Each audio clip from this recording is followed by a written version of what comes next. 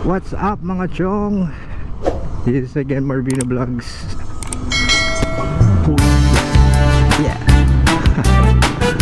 Alright, so Miyerkules po ng tanghali.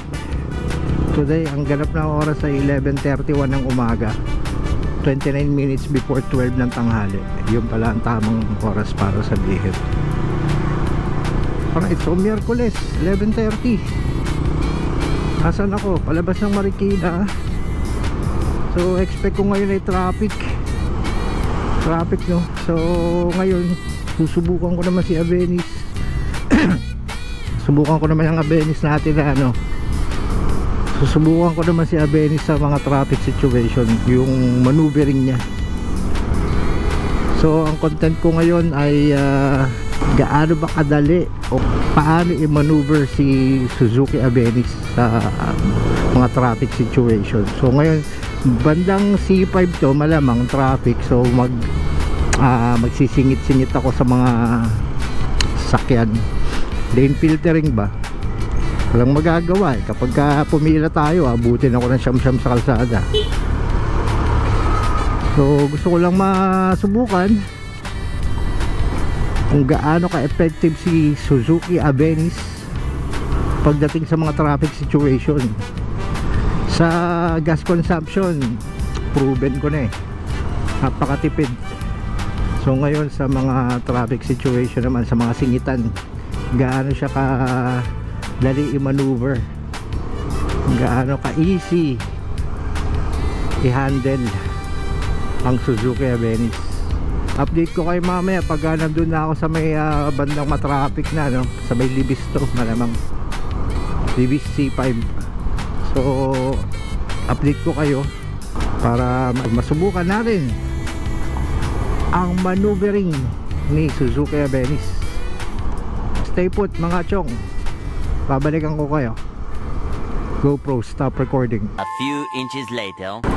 Alright mga chong, nagbabalik po ulit ako. So nandito na ako sa may SM Marikina. So itong daan na to is papunta na to ng Libis, Quezon City.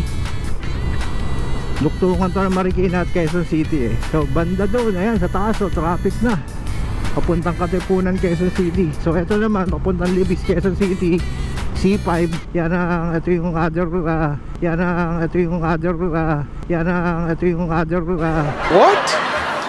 No, what are you talking about, man? Ito yung alternative route o route na tawagin nga nila. So dito pwede na natin simulan yung maneuvering. So unahan na natin to mga to. Hataw na ako dito na 60, 70.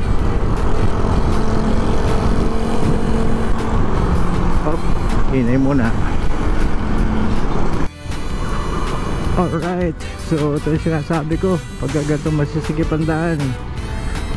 Yan, subukan natin ang maneuvering ni Suzuki Abenis. Alright, so ako ay napapaligiran ng mga sasakyan ngayon at may truck sa likod ko. Oh my god, ayoko na yung mga ganyan, yung mga truck. Hindi ko alam, ninenervyos ako.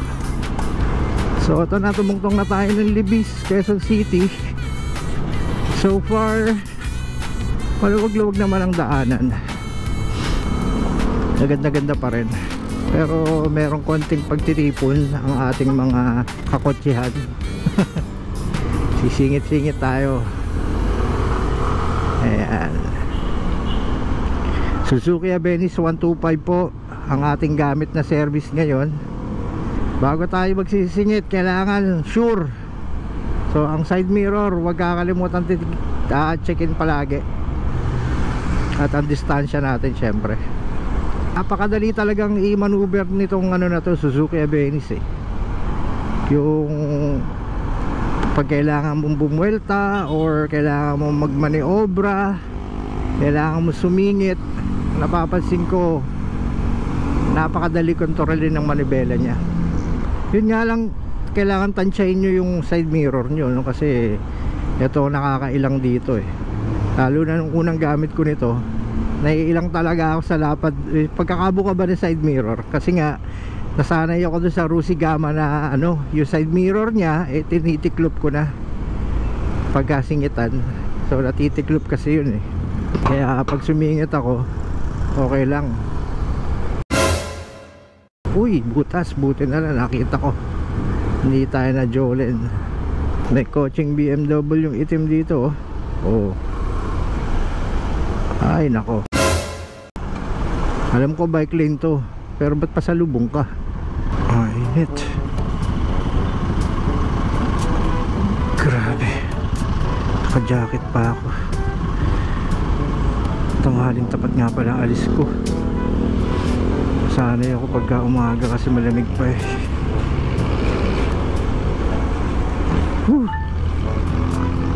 Papawisan na yung tiyan at kilikili ko. Alright, tingin tayo dito. So itong jeep masyadong bagal. Ang init talaga. Pag pala nakalipat ako ng schedule ng ganitong oras pawis pala abutin ko.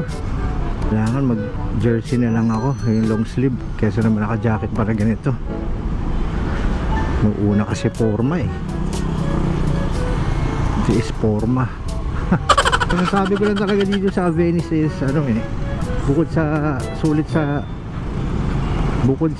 fuel consumption sulit pati sa maneuvering, pag sa handling, maneuvering, napaka komportable pa rin. Sa busina niya hindi na yung pang e-bike. Malakas-lakas naman. Rangkada tayo dito.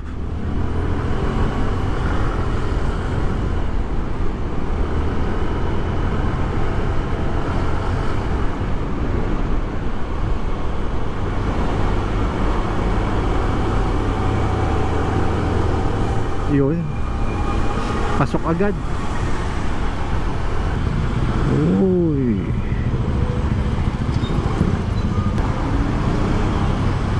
sundan ko na sila.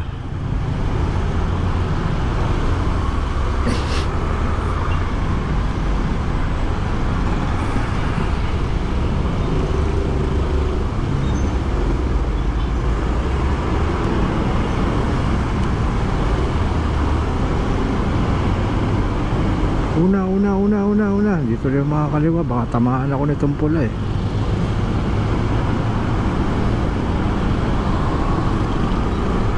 Ito na ako.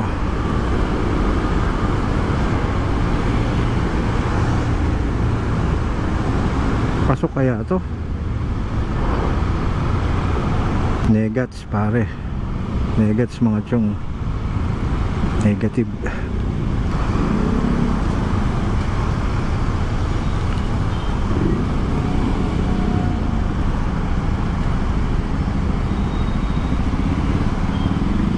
Truck na malaki kailangan ayoko mga ganitong truck na to. Bale nakahinto ka naman huwag ka lang ayoko lang nung kasabay na umaandar to. Subukan natin dito singit to mga chong. Side mirror pack, ilag yun. So alanganin dito.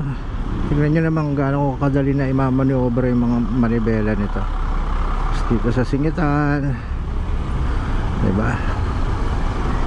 Ganyan kadali si Suzuki Abelis. Sige, lusot lang na lusot kahit dito may sisingit ka pa yun, halata mo agad diba? Mas madali ang manibela nito, ikabig-kabig kumpara sa mga ganitong manual, mga standard. Side mirror, tingin, wala. Okay, diba? Alanganin dyan. Alanganin din si kuya. Dito tayo. And stop.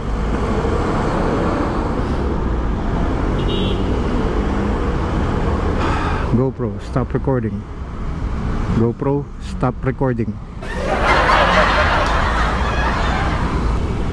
Alright, Julia Vargas.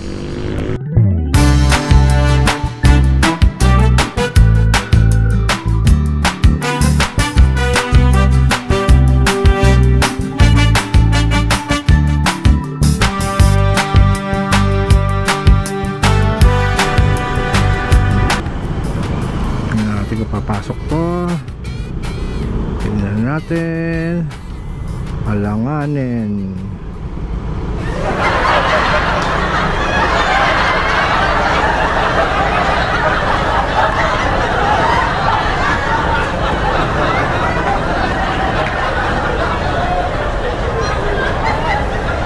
Siyempre habang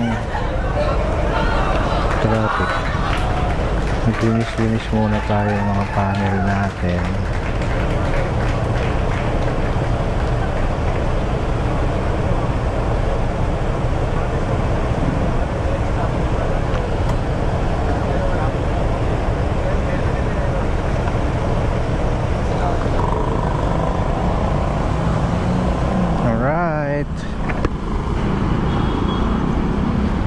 Sabi ko, diba, singitan, no? Oo.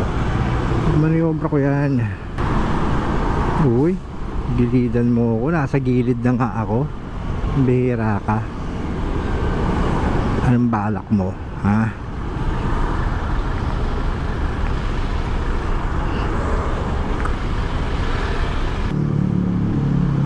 Ano to, ah?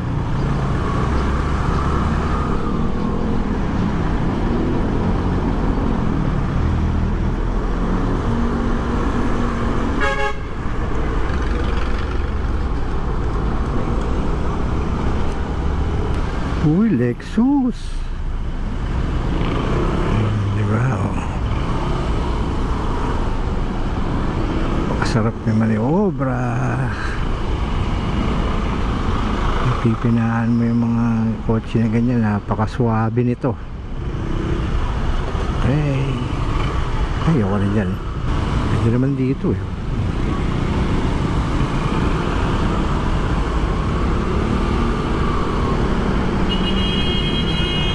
Bilis lang ng biyahe talaga pagpapasok ng ganito, oh. Kukuha ko lang ng 30 minutes.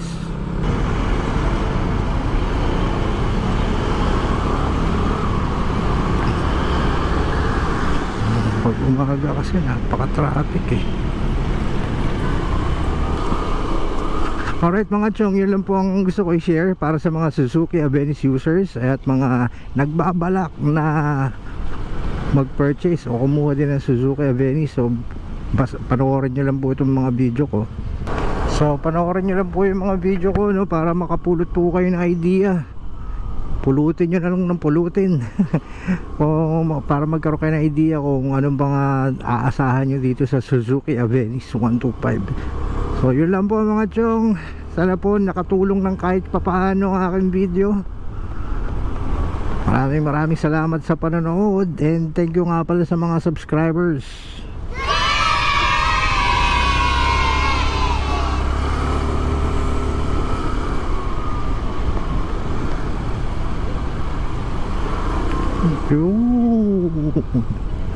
Wait a minute.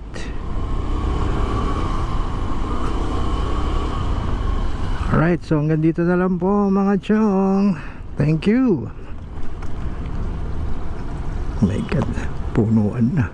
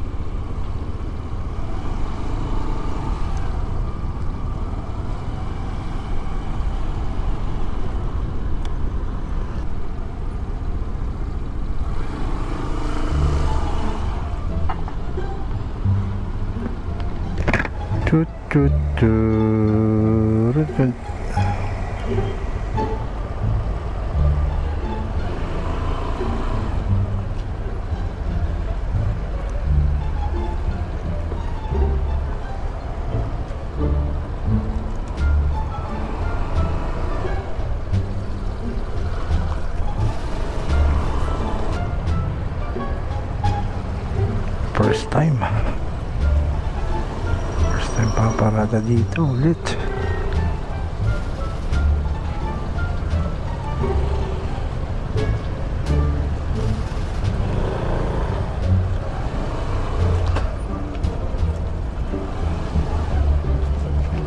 Sana ano. Sana yun.